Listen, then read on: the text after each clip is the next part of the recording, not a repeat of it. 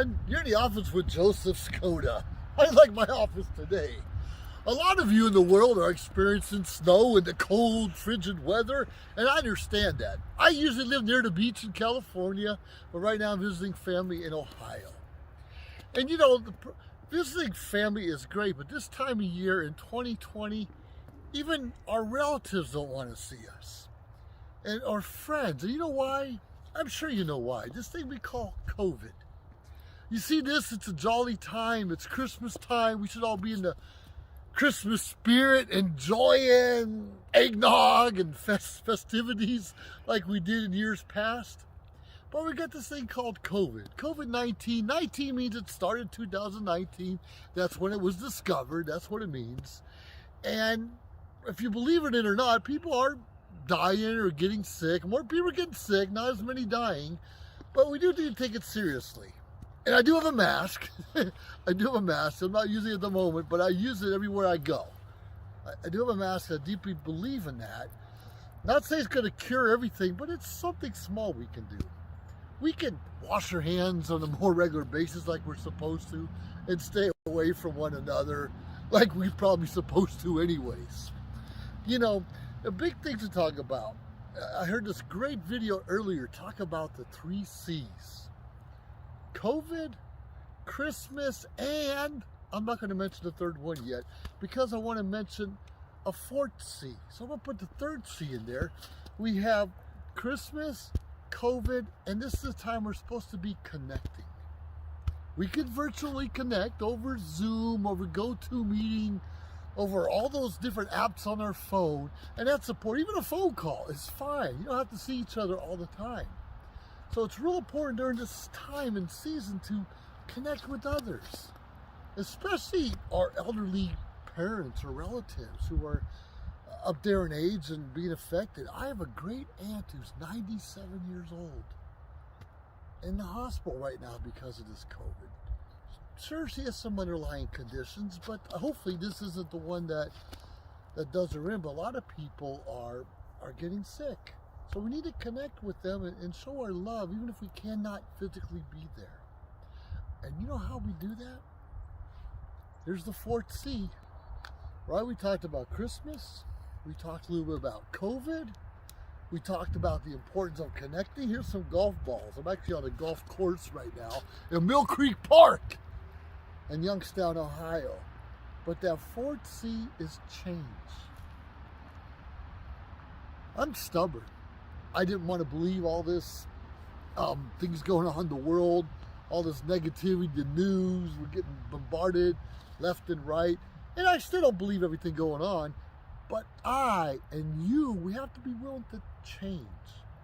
Not change our ideals, not change what makes us who we are, but change our thinking a little bit if it's better for everyone.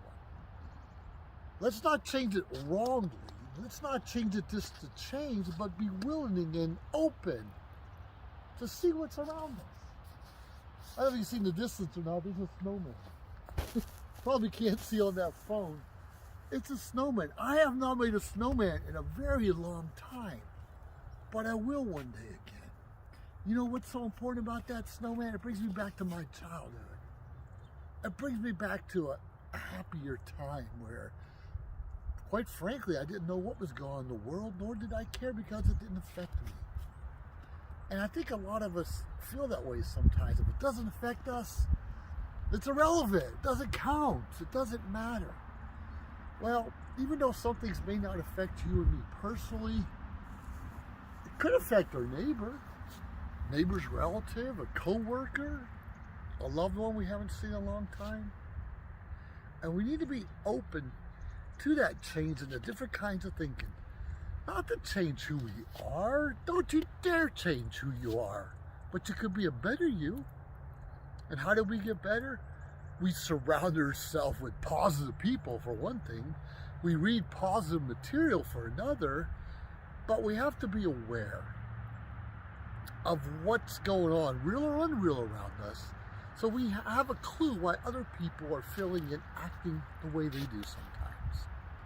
Have you ever heard about a term called emotional intelligence? EI for short. And it's something I had to change to understand why certain people act a certain way, why they don't like their parents, why they don't trust the government, why they don't like snowmen. And it almost always goes back to a childhood experience. You know, a lot of women are afraid of men, or men are afraid of their uncle, or you know what I'm talking about. There's always that something in the back of their mind, and when they see it or they feel it, they just tense up. They get nervous, they get angry, and sometimes they don't even know what's going on. Sometimes we don't know why we act the way we act. Why do you like Christmas or don't like Christmas? Was it because you didn't get the Christmas prize present that you wanted? Was it because Santa Claus sat on your lap and broke your... Who knows?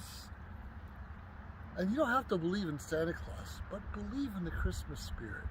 Believe in Jesus Christ. He really did die for our sins. Believe whoever you worship, there is a God out there, a greater being than all of us that can see what's going to happen tomorrow and the next day. And we can't blame God for misfortune in our lives. A lot of our misfortune is because of our own decisions. We don't have control over everything. But what we do have control over, control it, take charge, make a difference, and stop blaming the world. See this? It's funny, I picked up these golf balls on this golf course, and there's a big sign in the front that says, golf course closed. Look at you, why should it be open? But someone left some of these beautiful golf balls anyways. Let's go back to the reason of this particular message. We have this COVID thing going on. We have this Christmas season, holiday season, whatever you want to call it, going on. We know the importance of connecting with others. And most of us did not do that well before, even when we could see and hug one another. Let's get out of that mindset. Let's do it. And that fourth C, like I said, let's change. Maybe this was our knockdown. We needed to wake up and truly appreciate what's out there and people in our lives and those we haven't seen in a while. Have you looked at your high school yearbook and looked at all the signatures of your friends that says, "You're the best, we'll be friends forever and ever"? Are you? Do you even know where to find them? When I joined the military, I had a lovely 21-year career. Not all lovely, but there's some fond memories. Same thing. I'll see you over there. I'll meet you in Germany, and we'll spend time in California. We'll be up in all those things we talked about. Then life gets in the way. We have our own families or different friends, especially in the military. You're moving every few years, and you're unable to keep up with some of those friendships. I challenge you today, because blame COVID for reaching out on the phone or Zoom messages. I don't care what you blame or use as an excuse to reach out to those people again. Connect, seriously connect, reminisce. We cannot live in the past, don't get me wrong, but we can reminisce a little bit about the good stuff. And I know there's some bad stuff too. I know, I'm a military guy, I know. And there are some relationships, some people might be trying to call us that we'd rather not get involved with again, and I understand that too. It's Christmas season. There's this COVID thing going on, this pandemic. People are struggling worldwide. We need to continue connecting greater than ever before, and probably more importantly, be willing to change. You have yourself a great day. This is In the Office with Joseph Skoda. Reach out to me. I'll give you something to change. I'll give you something to think about. Enjoy your life and try not to stay too cold. Have a great day now. Woo-hoo! Streaming on Back and Bomb. Do you love to encourage, motivate, and empower others, but you do not know how? Well, your opportunity starts with us on social media shows. We have 20 shows a week live streamed across the globe. With a reach of over 80,000 and growing.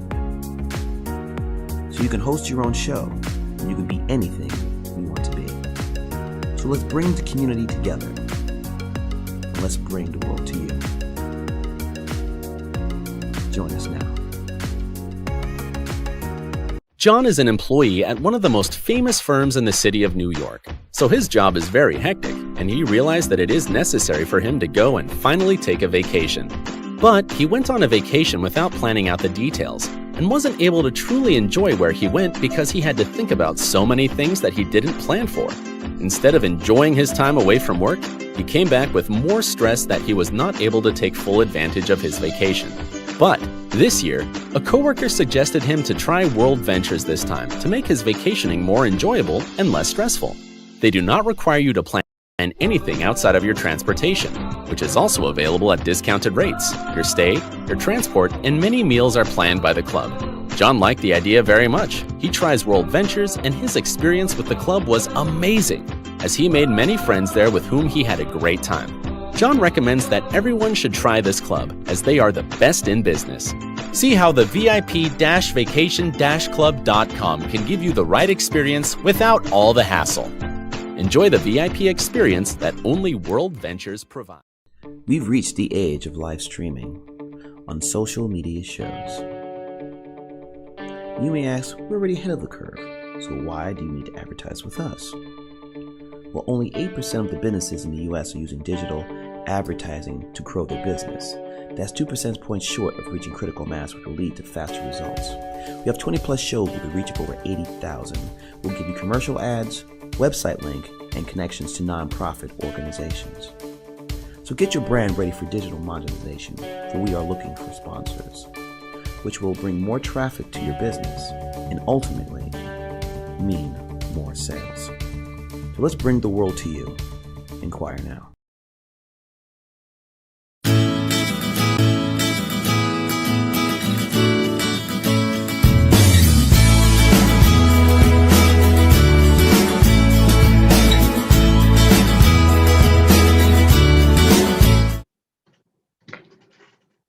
Hello, everyone. Hey, you're in the office with me, Joseph Skoda.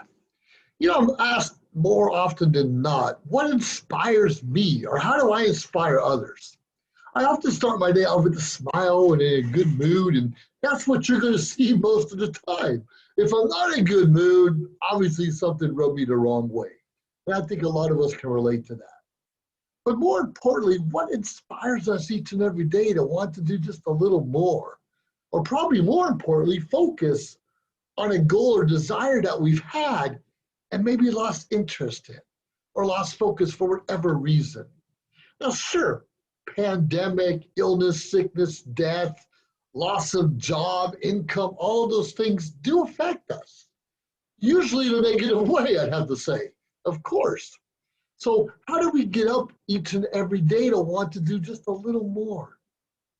Or maybe at least go to where we were before we started falling behind. Now, myself being a veteran, a United States Air Force veteran, very proud career I had, it wasn't perfect. It took me a long time to work my way up the ranks and get promoted. I mean, a long time. And educational-wise, it took me 12 years to get my first 2-year associate degree. Yeah, I was going nowhere fast. And sure, that kind of rubbed me the wrong way, and I felt things weren't quite where they should have been in my life, and I didn't have the income I thought I'd be making at a certain point in my life, or the homes or cars or any of those things. It wasn't until actually I retired out of the Air Force and started trying to figure a few things out where things started coming together for me. You see, during my career, I was told where to go to work, kind of told what to drive by the income I was provided, as well as where I was going to live, all depending on how much money I was going to make. And every 3 or 4 years, I had to move to not just another location, but a different state or different country. I spent a lot of my career in the Philippines, Saudi Arabia, Japan, Arizona, Maine, South Carolina, California, and plus all around the world I've been deployed to or visited for one reason or another. And some of those kind of things inspired me. You see, I watched people move up the ranks quickly, or at least make a lot more money as a commissioned officer in the military. Now, I started off as enlisted. Enlisted's great. 90% are enlisted and we're doing just fine. But it was those 10% that were doing just a little better. Sure, the responsibility was usually a little tougher, but as we work our way and mature, we're usually ready for a little bit more responsibility.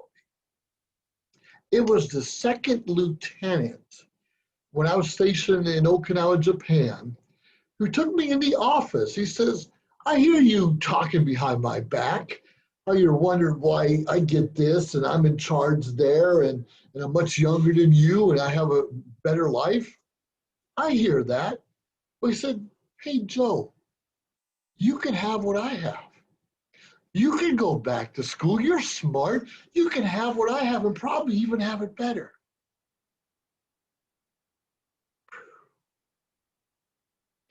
Too often in life we're pointing fingers or jealous or bragging that we're smarter than the other person, even though they're making more money and seem to have a better lifestyle.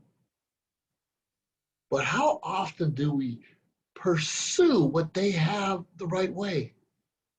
Instead of pushing, get out of my face, thinking we're better than them, and vice versa, because it does go both ways, we can have what the other person has. Follow in their footsteps, take some of their advice, don't need to take it all, find what fits for you. But if you really want to make a little extra money, you really want to get that supervisor or management role, you really want to drive a nicer car,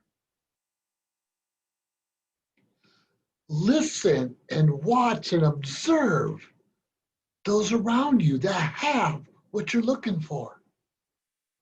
I understand 12 years to get a degree. Are you kidding me? Hey, 12 years after that, got my PhD. Exciting? Yeah, it's kind of a personal goal of mine. But I don't talk a lot about that. I talk more about how I'm helping veterans find a purpose in their life. I talk more about how I'm helping a person who lost their job think an entrepreneur spirit. I talk a lot about the importance of finding a coach and mentor in our lives to figure things out. That's how I inspire others, because it was a young lieutenant telling me, you can have what I have. You're smart, go for it. I was never really told that before. Sure, I was told, don't worry, you get promoted next time. Don't worry, you'll be okay retired. Don't worry, you'll find a job when you leave the military. Guess what? I could not find suitable employment when I left the military.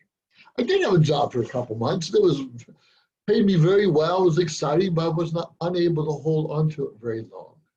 You see, I've got my own anxiety, post-traumatic stress, depression, things that bother me. Things that bother me. Call them pet peeves, call them whatever you want to.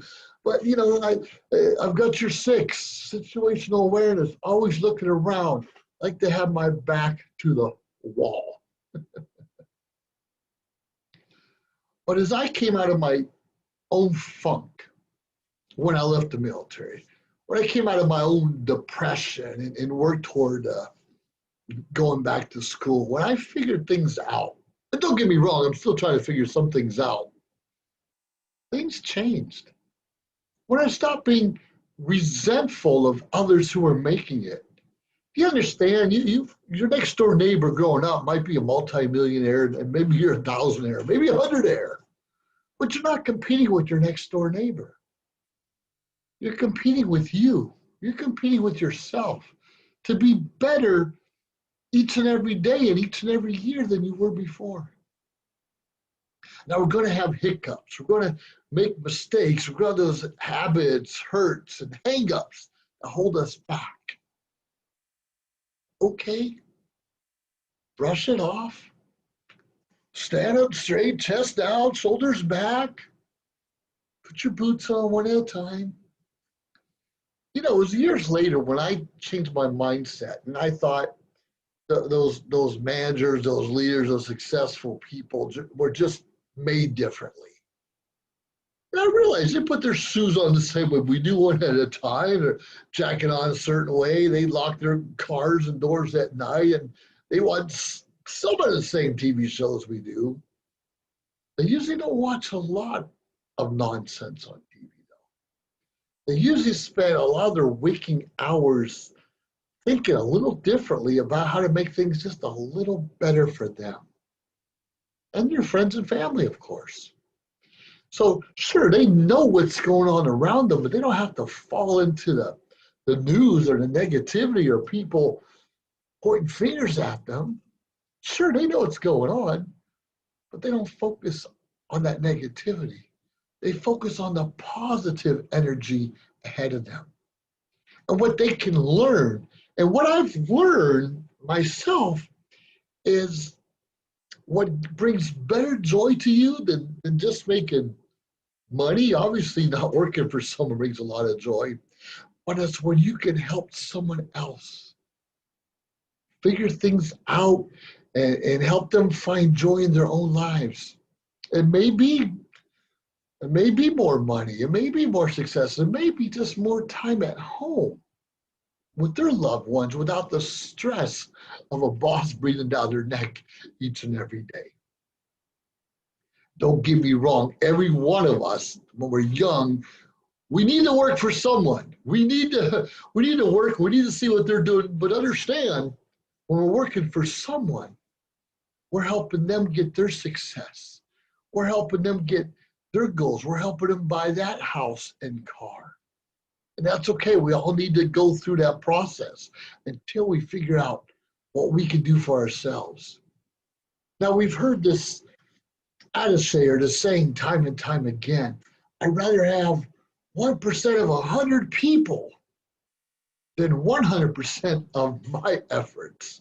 100% of my efforts is not going to help me make the living and lifestyle that I want.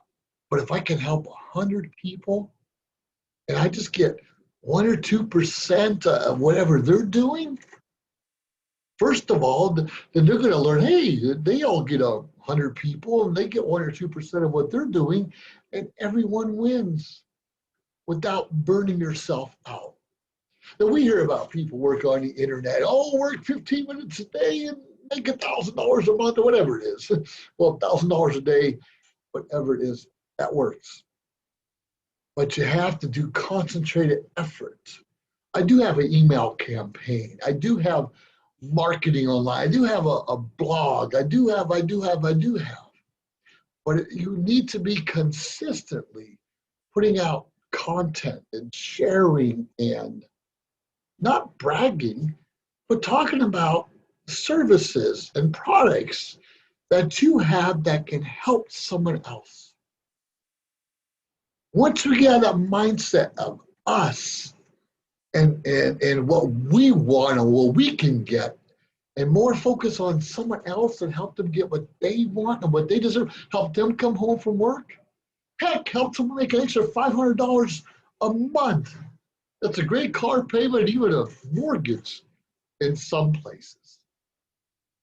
Anyways, what inspires you? Figure that out quickly and find a coach, a mentor, someone like me to nudge you every now and then and remind you that you have a purpose in this world. Remind you that we were created for a certain, like I said, purpose. And I think our purpose is to serve and help others, accomplish their own goals, and find what family, community, love is really about. Because when we can focus on others and serving, then every day is a giving day, not just around Christmas. We can celebrate better because as we're giving to others, often it comes back to us tenfold. 10-fold, 20-fold, whatever, a lot of folds. It comes back greater than we're giving out to begin with. Don't need to give out your last dollar, but you do need to tithe and put away for your savings and all those things too. And the extra you can do things with, but always pay yourself first, mentally, physically, emotionally, spiritually. Feed yourself and pay yourself what you deserve. You matter. You are important. You are successful in the person that God created you to be. But it's up to you, it's up to me to be all that we can be. You know, life really can be great despite what may be going on around us. That is going on around us. And guess what? Next year is going to be something else. And the year after is going to be something else. And regardless, are you going to have that smile? Or are you just going to take the punch and say, oh, not again, not again. Oh, woe is me. Get out of that woe is me mentality.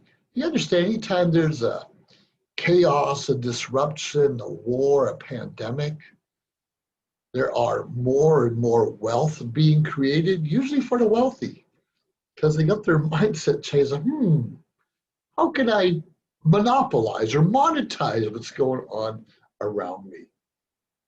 Sure, we can live in fear all of our lives and do what people are telling us to do, or we can live a little smartly and watch and observe those who have what we want, what we deserve, what we want to share with others. Make today and every day of your life count and live with that purpose and find a way to get motivated, have that smile on your face. Maybe you need a puppy, maybe you need a kid, maybe, hopefully you're married if you decide to do that, but we all need a partner in life, regardless of who that is. We need a partner, a business partner, a loving partner, a marriage, of course, husband, wife, all those things. Could be your children. But we need someone to bounce ideas off with. We need someone to help nudge us in the right direction. Look me up, Joseph Skoda. You looking for a mentor? Give me a call. Looking for a coach? Give me a call. Looking for a business to jump into that you won't regret or feel bad about? Yeah. Look me up. Want to find, to get a 2-year degree in 12 years? Well, you can look me up, but I'm going to show you a way to jumpstart your career in that aspect. And don't, we want to learn from other people's mistakes and not repeat. I made a lot of mistakes, and I guarantee you I'll make a few more. Maybe I could shave a couple years of mistakes away from you. Who knows? Maybe you can help me. Anyways, you're in the office with Joseph Skoda. Proud to be here, proud to serve, and I hope you feel the same way, because God is great and you are created for a purpose.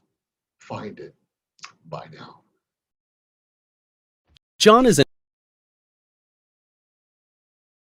one of the most. His job is very hectic, and he realized that it is necessary for him to go and finally take a vacation.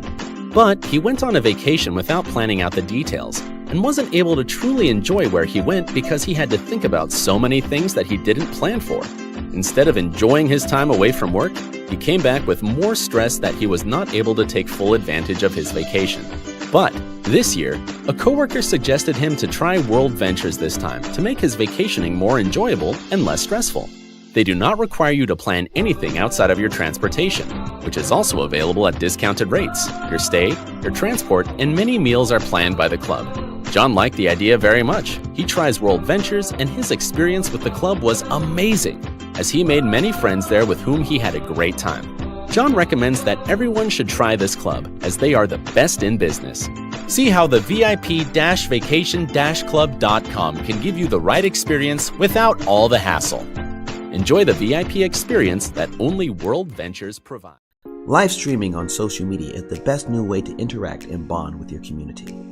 Do you love to encourage, motivate, and empower others, but you do not know how? Well, your opportunity starts with us on social media shows. We have 20 shows a week live streamed across the globe. a reach of over 80,000 and growing. So you can host your own show, and you can be anything you want to be. So let's bring the community together, and let's bring the world to you. Join us now. We've reached the age of live streaming on social media shows. You may ask, we're already ahead of the curve, so why do you need to advertise with us? Well, only 8% of the businesses in the US are using digital advertising to grow their business. That's 2 percentage points short of reaching critical mass, which will lead to faster results. We have 20 plus shows with a reach of over 80,000. We'll give you commercial ads, website link, and connections to nonprofit organizations. So get your brand ready for digital monetization, for we are looking for sponsors, which will bring more traffic to your business and ultimately mean more sales. So let's bring the world to you. Inquire now.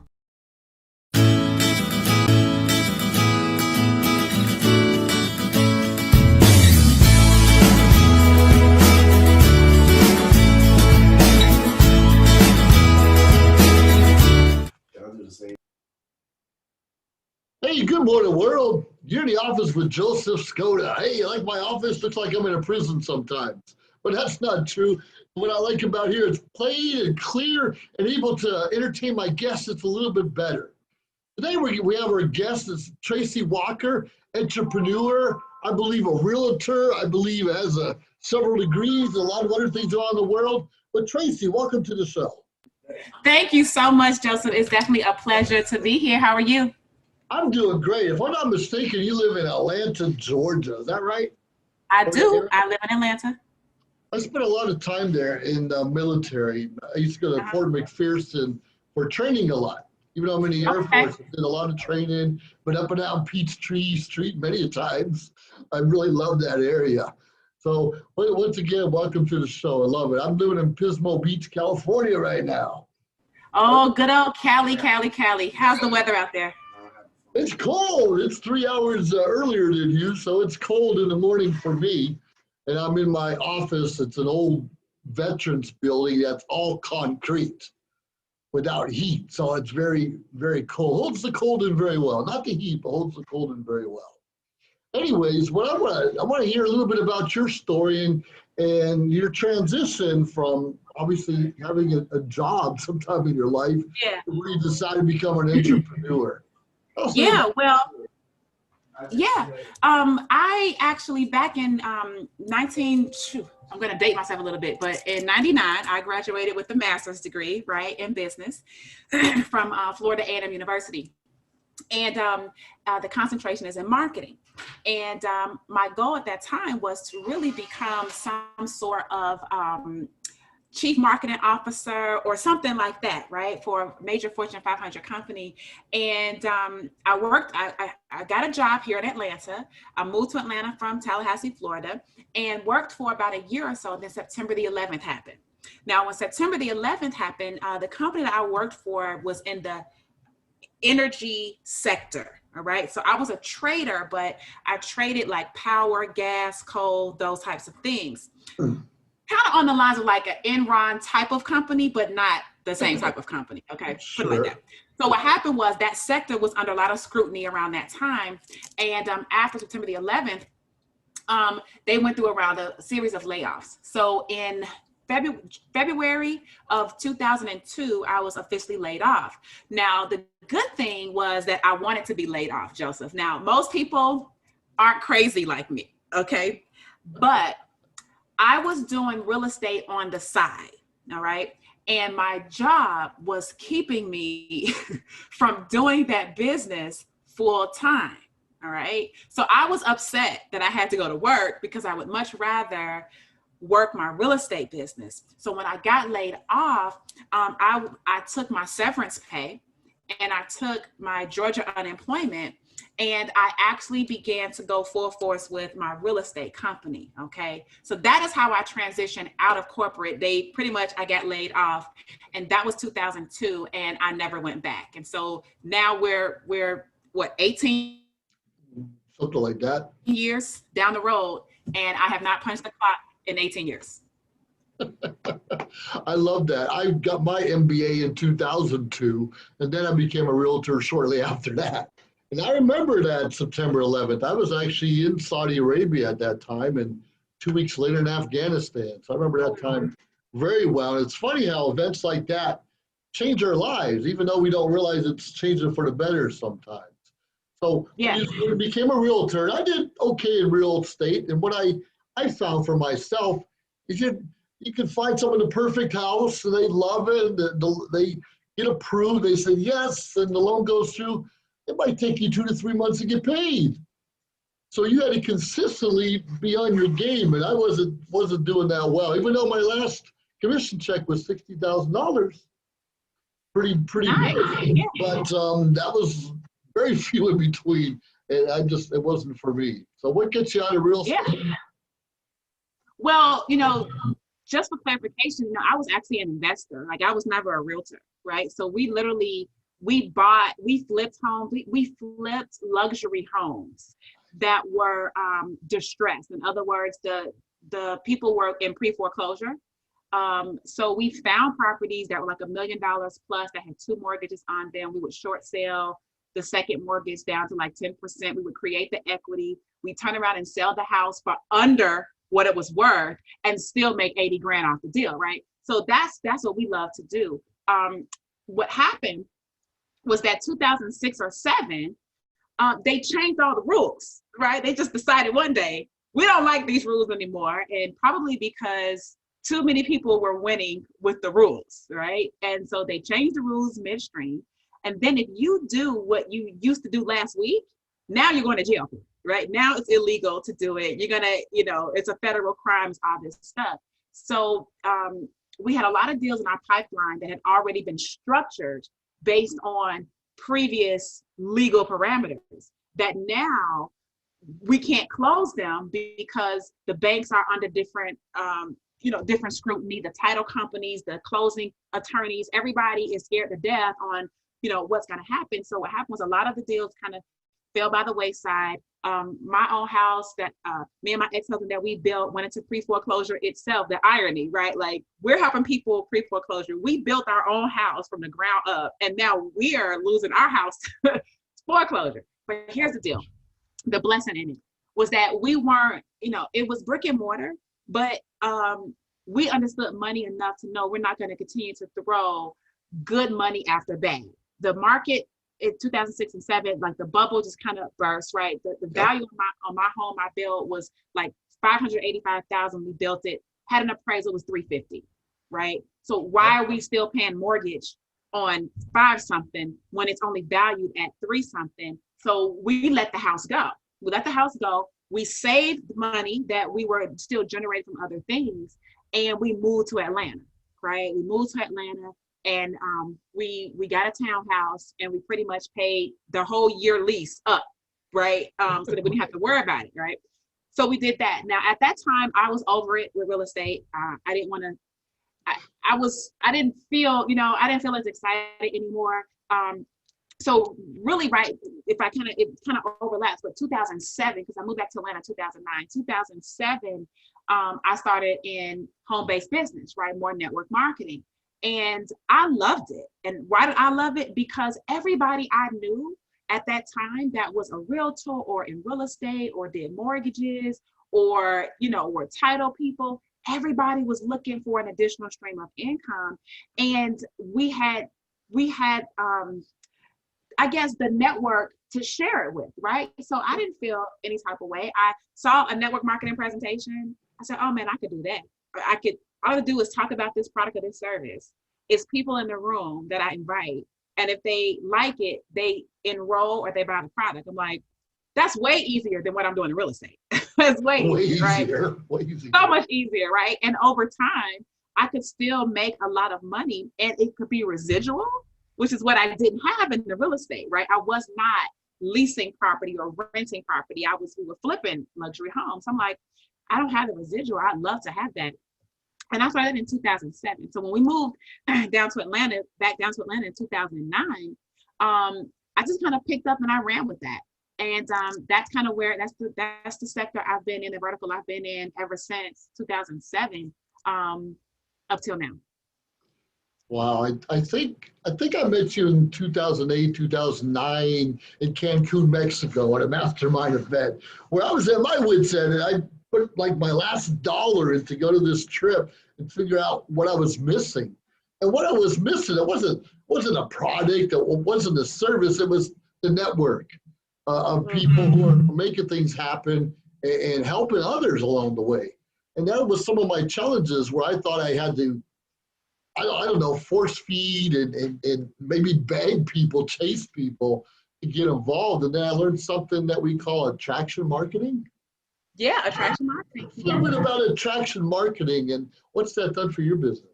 Oh, it's been great. You know, I was just sitting here talking with some friends of mine, literally about that. I mean, I'm not talking to them in terms of attraction marketing, but you know, what it really is allowing you, the essence of you, to proceed or precede any product or service that you're selling, right? Ultimately, people are buying you. So instead of the idea of, you know, let's think of like going door to door, right? Somebody does like a door to door salesman. What if you can get the people to come out of their house to you, right? Versus you go to them. That's the concept of attraction marketing. How can I present myself and what I offer and what I stand for, maybe what my products may help people with, but present myself in a way where people say, you know what, I want to learn more about that. And then they reach out to me, right? So that's essentially what attraction marketing is, and literally being able to put different marketing pieces, I like to call bait, essentially. I mean, it's kind of what it is. It's kind of crazy term, but it's bait. It's not bait and switch though, right? It's not bait and switch. It's bait. It's like you put this on the hook. If somebody's looking to lose weight, somebody wants to get out of pain, I talk about how somebody else has already done that, how this particular product has helped them to do that. I share a story behind that. And I say, if you'd like to know more, reach out to me. The person that reaches out to me aligns with that. And I have a much more rejection-free environment than if I'm just going to all my friends and family, like, hey, you want to try to lose weight program? You want to try to, you know, that doesn't really get as far as just letting the people who want what you have come to you. I can relate to that. You lose a lot of friends, especially if you switch companies every few months. And I've seen that, and people have been coming to me all the time. Frustrating, very frustrating. Yeah. How does a newbie who doesn't have that story, how the new health and fitness helped their life, or this lotion helped something, or whatever, how does a newbie have a story to tell when they're pretty much not confident enough and still learning about the products themselves? Yeah. Well, one of the biggest things that I think newbies should do is, let's say if it is a weight loss, take us on the journey that you're going on, right? I mean, nobody is saying that you have to have already lost the weight in order for it to work, right? What we're saying is, I believe the product is gonna work. Why? Because I bought it, right? I signed up to it. It's something I made a decision to buy it for myself. You're gonna have to make a decision for yourself, but the way I'm going to help you to make a decision is I'm gonna take you on the journey with me, right? And then you start showing, you know, what you're doing, how you're preparing, what's your day look like. And when I say your day, I don't mean like your whole day, but I mean as it relates to your weight loss. So in the morning, do you make a weight loss drink? Do you do something with supplements? And if you do, what is that? Do you put it in there and shake it up?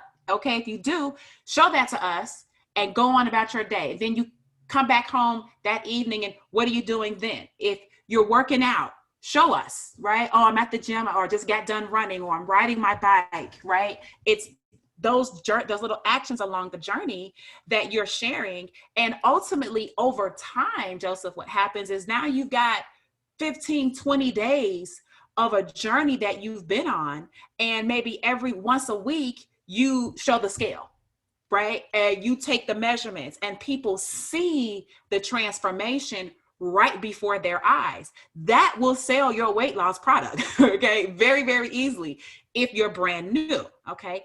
Another thing that a newbie could do is they could leverage other people's stories, right? So maybe they're a little uncomfortable about sharing their journey, but could you share somebody else's journey who's not as apprehensive about sharing? what's going on outwardly, right? So I've always learned that facts tell and stories sell. Okay, so those would be two great ways that newbies could hit the street, hit the ground running. Those are some really good points. And I remember as a newbie myself, when I mentioned earlier, I find something I get excited about, and then something else will come out like, ooh, I should try this, or ooh, I should try that. How do you know which product or service is best for you to promote? Well, what's the secret to getting involved in the right company? Well, I actually go through a couple of, it's evaluation, really. You know, think of it like this. If you were going to buy a commercial building, you wouldn't just say, oh, that building looks nice, here you go, right? Because it's in your budget. You don't just do that. There's criteria, I would hope, that you would want to check off of your list, right? So in our industry, in my industry, one of those things is the company, right? What it's like the pillars, right? Well, what's the company like? What's the ownership, right? How stable is the company? What's the vision of the owners, right? Do they have an exit strategy? Are they in this because it's a passion, or are they in this only to make a bunch of money through, sales distribution, through network marketing, and then sell it to somebody else, right? And they don't care what happens after it. Those things are very, very important, right? Yeah. Yeah, some people will just buy a business to sell a business, which that's fine. That's business. You buy low and sell high, whatever it is, right? So yeah, so there's nothing wrong with it. It's just you need to know if that's what's happening so that you can align yourself appropriately if you choose to do that, okay? With owners that plan to buy and sell. So corporate is one pillar, all right? Another pillar of evaluation would be the product itself, okay? So is this a viable product, something that is in demand, and something that people are willing to pay for, even if they are not going to sell it to others, right? In other words, can you have true customers, right?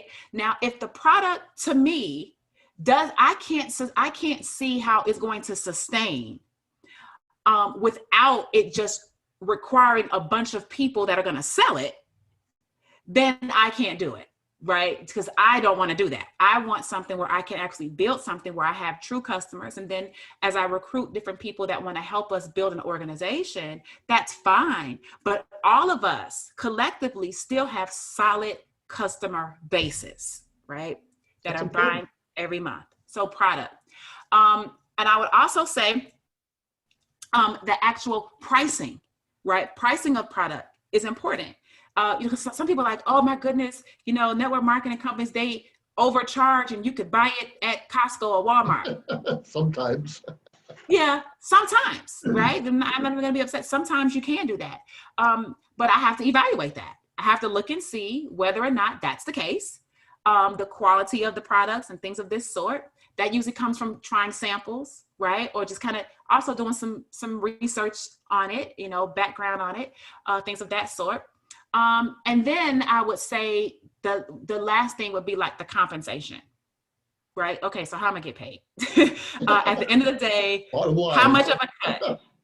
If I sell this, how much do I make, right? And do I have leverage? If I help other people become successful, are there any incentives to help really build other leaders, right, in the compensation plan?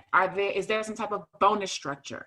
Are there types of, appreciation or gifts, or, when you hit certain levels or certain ranks, right, recognition of some sort, like what exists in that realm? Is there a true residual, right? Is it true residual, or is it kind of like, oh, we'll give you the money up front, right? You're going to make $100 when you make this sale, but when that customer orders next month, then you're only going to get 50 cents, right? Like, well, wait. So it's important because I need to know, is it a recruit heavy business, or is it a true customer where I'm going to be able to maintain a residual over time business? So company, product itself, pricing of product, and compensation plan would be my main pillars that I'm looking for in terms of evaluating a company to join.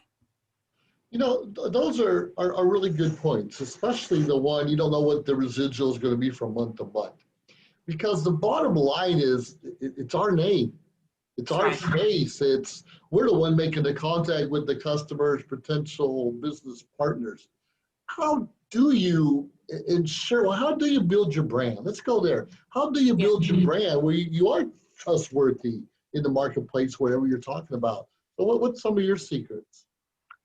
You know, I think your brand, well, this is what a brand is, the way I've learned what a brand is, right? Then we can talk about how to build one. But what a brand is essentially the way that someone feels after they've come into contact with you. Okay, that's the brand. The colors, the logo, the flyer, the banner, right? The clothes, the music, photo shoot, the music, the car, whatever, right? The background, mansion. That's not the brand. Okay, because you could have all that, and when someone comes into contact with you, if they feel like they suck after coming into contact with you, and you were the one that made them feel that way, that fancy car and that mansion in the background isn't going to change how they feel. Okay, so the brand is how someone feels after they've come into contact with you. All right, so when we talk about building that, that is from, in my opinion, a place of authenticity, right? So who are you already, right? Now, once we identify who you are, now we can try to extract the highlights of your characteristics or your personality, what have you, and we can display those to the marketplace. But who are you, and what purpose do you feel that you serve, right? And building that is as simple as you being yourself every day, going out, interacting with your market in that authentic way, right? That's how you build it. If you're being you, you're going to build a successful brand, right? If the brand is something that people want. Now, if you're just the a-hole all the time, right? Maybe you won't, but it depends, right? Because if you're somebody like Jordan Belfort, right? People know from what Leonardo DiCaprio played him in. What was the name of the movie? Shoot, you know what I'm talking about. I think in a second. But he was the one doing brokering a lot of the stock deals, right? And ended up going to jail for some time. But Jordan Belfort was an a-hole, but it worked for his line of business because the young people that came into that firm to learn how to make money as stockbrokers, they enjoyed. He made them feel like they could make as much money that he was making, right?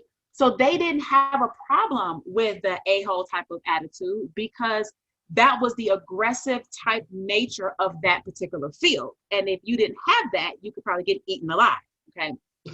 If you're servicing people with products for, their skin, you probably have to have a more softer angle. Probably. Right? Like you can't be the a-hole about it. So if you have a brand, a nature, a natural way of being that is more aggressive in sorts, then you have to be mindful of the type of products that you sell and market, because the people that want those products and services have to feel a type of way before they buy. And if you don't make them feel that way, they won't buy from you. That's a really good They'll point. buy it, it's not from you. Well, that's true, because you have, thousands of Amway distributors, thousands of Herbalife distributors, thousands of everything out there. And how do you differentiate yourself from the neighbor across the street selling the same product you do? You have to stand out in one way or another. And I think, like you said, you don't want to be an a-hole, but you want to show the transition, how the products or services are working best for you. Have you ever had that situation where a neighbor or maybe a best friend is doing the same thing you're doing, and how do you have a friendly competition? How do you do that? Yeah, like my sister and I, we're in the same company, right? And we're not She joined the company before I did. The irony was that the same person that introduced it to her introduced it to me, right? So out of integrity, we're both signed up with our other good friend, right? And so my sister and I, we're not connected in the business. So, I just have a different style than she had. I have a different branding than she has. I have a different way that I approach my group, my team, my marketing. So I can't even say it's really competition, because the people that would align with me probably would not be attracted to her. Vice versa. The people that she would attract probably would not be attracted to me, right? So the thing is, the uniqueness that we have in terms of our individuality is what allows us to go out and build the business in a way that works best for us. And because we're different, we build the business different, right? I'm more of an internet person.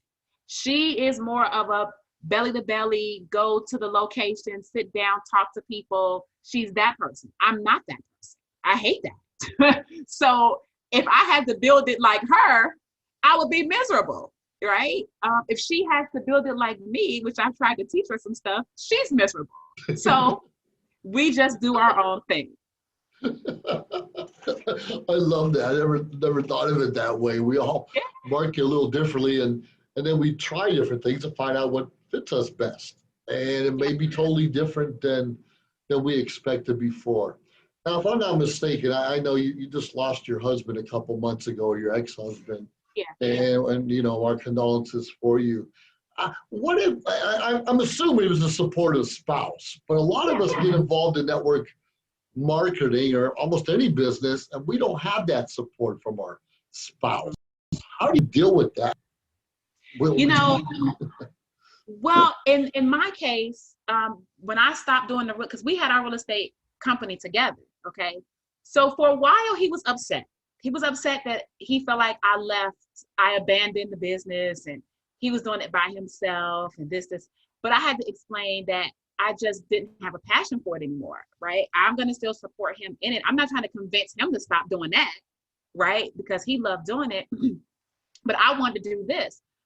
So after we got past that little part, he didn't care. Like, he was an entrepreneur mindset, right? He had an entrepreneur mind. So he didn't really care what it was that I did, as long as I enjoyed doing it, right? B, I was making money doing it, and C, it was legal, moral, and ethical. Okay, because that was just important. We like it on this side of the thing. Right on. That's why we made the changes in the real estate business, right? We weren't willing to go down and with some of the group of people because we being free. So when I started in network marketing, he was very, very supportive of it. So I haven't had the experience. And then even when he and I split up, I mean, I've never dated or anyone that hasn't been. Now, with that said, I've had team members and colleagues where, as you mentioned, they didn't have that dynamic at home. Okay. Right. And so in reference to helping them, what I've always seen work, Joseph, always seen work, okay? 10 out of 10 times. You go out and produce and you start making money, they will come around. They will come around, okay? It's when you are moseying around, you're not really that serious, you start, you stop, you start, you stop, you join this company, you're excited, 30 minutes later, you're on another presentation. Nope, you're more excited about this one. The compensation plan gives you $10 more per month. So, that is really why you're doing this one. It's that your spouse usually witnesses your behavior, right? Sure. So it's not even the company. A lot of times it's not even the business itself or the model. It's a lot of times your spouse is counting you out, okay? Because they believe that if you treat this like you treat everything else, it's gonna be a bust, okay? So what happens is the way that you the way that you handle an unsupportive spouse is to decide that you're going to make this thing work with or without his or her support. Okay? Because it's what you see, it's your vision, it's your life, it's your goals. You see something in this that maybe your spouse does not see yet. So if you can stay true to that through the criticism, right? Through the whatever it is that's going to arguments or whatever may spew at home, if you can remain consistent, what you're really doing is you are now retraining your spouse to see you differently, right? And when they see you differently, your stick-to-itness, your tenacity, you're not giving up, you're tapping into the trainings, you're doing the activities, you're actually marketing the business, right? You're doing those things, whereas before you didn't really do that. And now you're being recognized. You won an award. You achieved the first rank in the company. You got a commission. You're getting more commissions. You're going to the company event. You come back. You got a team. You're a leader now. Like, you're progressing through this thing. That is the only thing, Joseph, that I've seen take an unsupportive spouse to being a supportive spouse. That's a good point. I think my first commission check was like $3 or something. Yeah. And they're like, whoop-de-doo, right? Yeah, right. It's hard to be supportive on that, but it goes up and up and comes down. It goes up and up. Just being steady and consistent in whatever we're doing. For someone, but let me just say this. But that's entrepreneurship, right? That's not network marketing. That has nothing. It's entrepreneurship.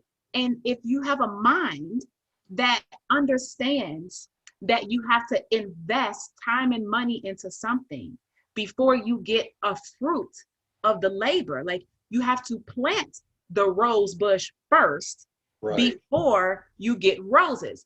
Most people do not understand, nor want to deal with the process of gestation, right? But everybody acknowledges it when a woman is pregnant. Nobody dares that child to be extracted from the womb before it's ready. That's true. Right? But in business, people don't want to let that idea, let it nourish, let it gestate, let it grow, let it form, let it mature. That is a patience level of having something that's unseen, sure, that unseen to the outside world, but seen to you. And when you can hold true to that vision, knowing it's just a gestation process, as an entrepreneur in any business, then generally it's going to be okay. Now, if you have a spouse that is more employee mindset, then it doesn't matter what entrepreneurial venture it is, right? Because their thing is, but you didn't get a check on Friday. Yep. I need a check on Friday. Where's the money today, right? They can't. That's tricky. I totally understand that, getting people to transition from employee mindset to entrepreneurship. And that's tough. We live in a society where everybody wants results now, today, yesterday. They want to, sign up and expecting $100 the next day. And that rarely happens. If it does, it's short-lived from what I found out.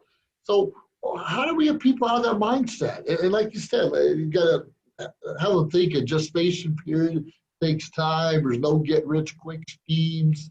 Well, how do you get people out of that mindset that it might take a while to earn a few dollars? Well, if they're ready to transition, right?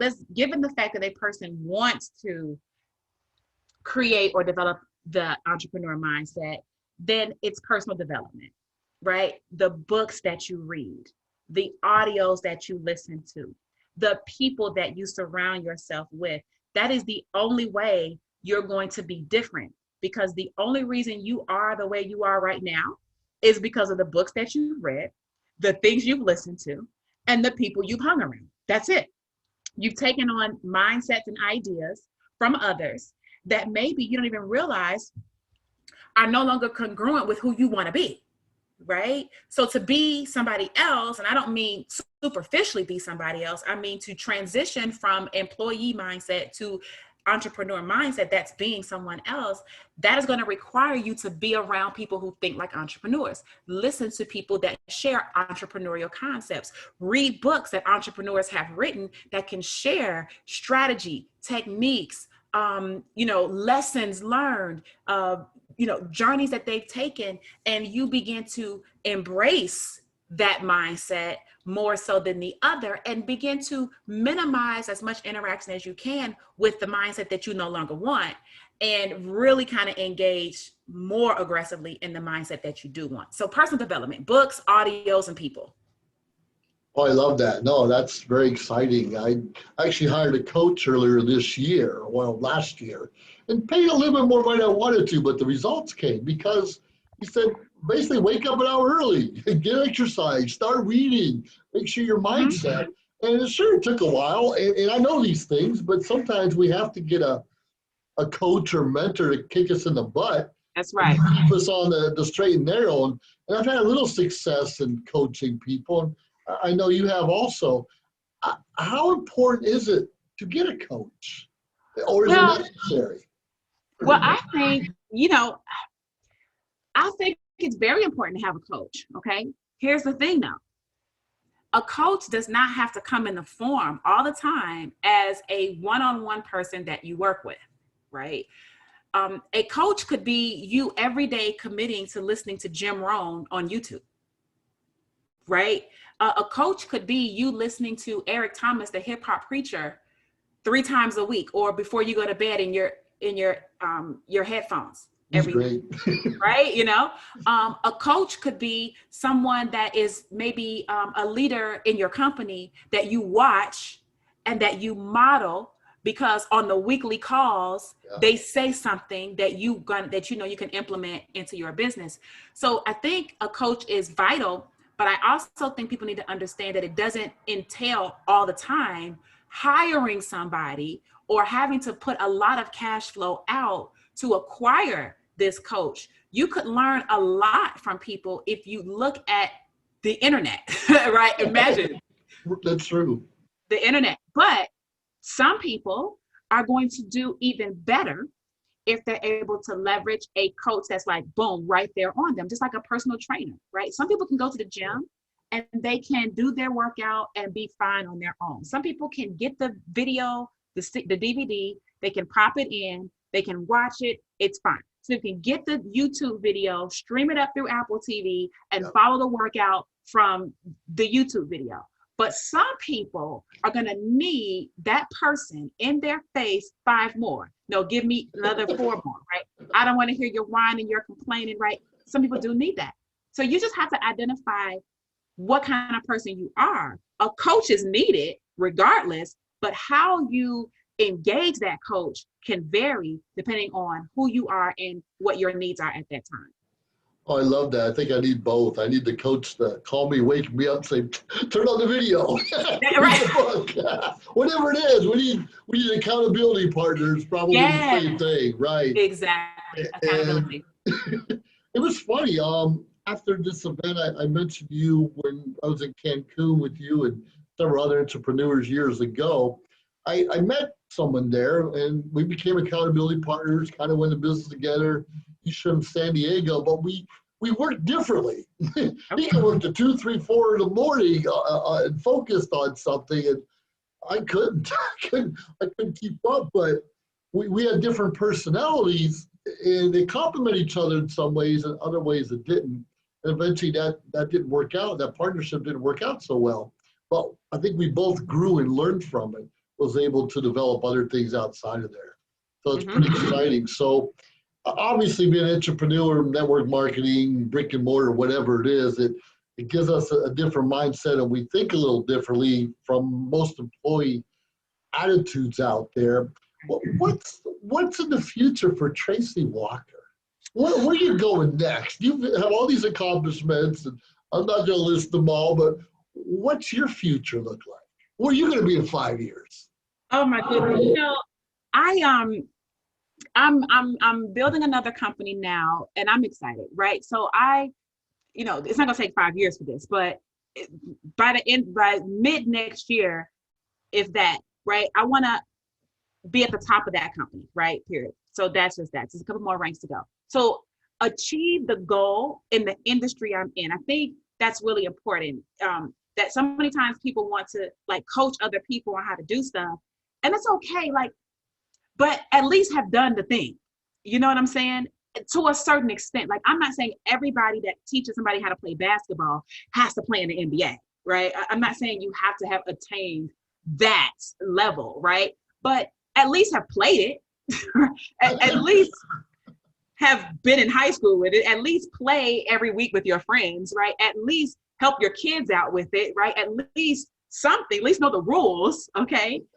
So that if you're going to help somebody else to coach the high school team or the youth team, you bring that value to the table, okay? So same thing in this business too. I don't think everybody that wants to coach has to be the top earner in the company, but at least have done the business, at least know the fundamentals, at least know what works, what doesn't work, at least know processes, systems, right?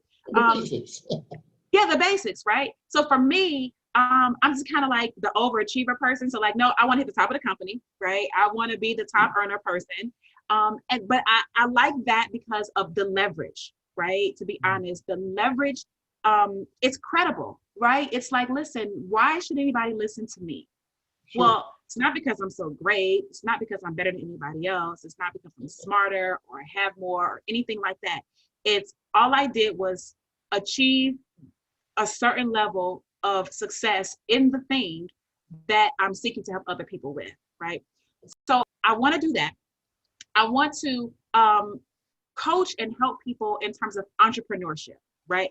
Not necessarily network marketing, right? Because I've had different businesses, right? Different outlets to things. I have skills in real estate. I have skills in trading Forex. I have skills in network marketing. I have skills in internet marketing. There's different things, right? And I want to be able to expose people to these different roads, if you will, of entrepreneurship and leverage those skills to be able to do that on a massive, massive scale, right? So what are we talking about? We're talking about, I want to be in All-State Arena, okay? And at 50,000 people, if they can go see Beyonce, I want them to come see me and my colleagues learn about self-sustainability, right? So that's what I want to do. I want to be in a stadium. I want 50,000 people. I want them all coming for the event that we're doing together collectively. And I want people to be excited to be there and learn because they want to take their life to a new level. Okay, so I want to do that. I want to write another book, right? I have a book that I wrote called The Ultimate Team Building Formula. I wrote it back when I was pregnant in 2013. The great news about that is it is an evergreen process because it's what works, right? So how I built my teams, I documented that. I want to write another book, right? I don't know exactly around what yet. Like that's more of like around strategy, maybe strategy, maybe journey, maybe something, I'm not really sure. But I want to write another book, and I really want, I published that book before, self-published that book. So I want to self-publish again or maybe get a deal. I don't know. But I wanted to just really expand. I want to reach way more people this time. I want to reach like millions and millions of people this time. I want my son is 6, right? I'm teaching him right now, how to think, not what to think, how to think, okay? And he asked me the other night, like literally last night, Joseph, he's like, hey, Mom, because he watches these YouTube videos, right? And the kids do skits. They do skits like the drive-through, like somebody's on a power wheel, and they create like a makeshift McDonald's drive-through window, right? And the kid comes through and they order from McDonald's, right? But it's not from McDonald's. So he's like, hey, Mom, when I get older, can I work at McDonald's, right? And I was like, dum, dum, dum. That would be no. Now, I'm not knocking people that work at McDonald's. I'm saying, for my son, right? No, that's not what we're gonna do, okay? If you'd like to own a franchise of McDonald's, we could definitely go that route, okay? If you like McDonald's from that standpoint. But no, you're not gonna be working at McDonald's, okay? You're not gonna be doing that, okay? Primarily, I don't even want you in touch with them because I don't want you eating the food, to be honest, right? We're more healthy type people, so I don't want you to own a place or be a franchise owner of a place that's like the opposite direction of what we do at home. right? So, but the point that I'm making is no, we're not going to work at that place, right? Let's focus on how can you own or start another place, right, of your own. So I want to continue to groom my son to help maintain the legacy, right, that we're creating here, and him be my business partner. Like, he's my business partner now, even though he's 6. But I really believe he'll be able to take some of the things that I've been teaching him, scale those things up, and run a very, very highly efficient and $100 million plus enterprise. Right, that's the goal. So. And I just want to live my life free. You see this right here? Like, live life free. Yeah, live life free. Live life free. That's it. I just want to live my life free. That's what I want to do. Okay. I want to go where I want to go, when I want to go, with whom I want to go. And money not, or lack of money, not dictate whether I go, right? Money is not my master, right? I control it. It does not control me. So that, I just want to do that. And go out and teach people, share people the entrepreneur vision, help them craft things, enter into different business deals with people, and just really grow the empire and make sure my son picks up on all that. I love that. I would definitely buy your next book and see you in a big stadium of that. Absolutely. Reserve some tickets. That's right. I'm gonna print the tickets up now, and I'm gonna reserve them for you, because that's the way you have to do, right? You have to act as if I'm gonna get the tickets up. I had a friend of mine, she has her own nonprofit, retired fire chief, pilot, a million things, a fellow Toastmaster with me. And she did a speech a year ago. And she talked about her nonprofit giving money to some charity. I don't even know what charity. But she wrote a check for $1 million. Now, it wasn't real. She had it in the bank, but she didn't put a date in there. But she wrote the $1 million and said, this is my goal, I think, in the next 5 years. And she's going to do it. She is going to do it. It's amazing how many of us are afraid to write that blank check, because that's a real commitment. But that's right. Yeah. And we all need to commit to something. Why not commit to something that's going to do good for other people? That's right. You can see back there on my refrigerator, that big orange Post-it. Yeah. Like, that's my monthly financial goal, right? It's big as heck sitting on the front of the refrigerator. Like, if you could see the size of the paper, like, look how big that is, right? The orange. Okay. Right? So my son sees that every day, right? I have a couple of more over here in the living room of my house, right? And it's like, you have to write it down and make it plain, right? So I have a mentor that said to me, like, when I come to your house, am I only going to see where you've been, or am I going to also see where you're going? Ooh. Right? And because if I can't see where you're going, neither can you. Right? Like, oh, yeah, that kind of stinks. So everybody has pictures growing up, your kids, your wife, your husband, the family, the vacation, the photo shoot, the dog, everything you've already done. Where are the visuals of where you're going? Because that's all that matters.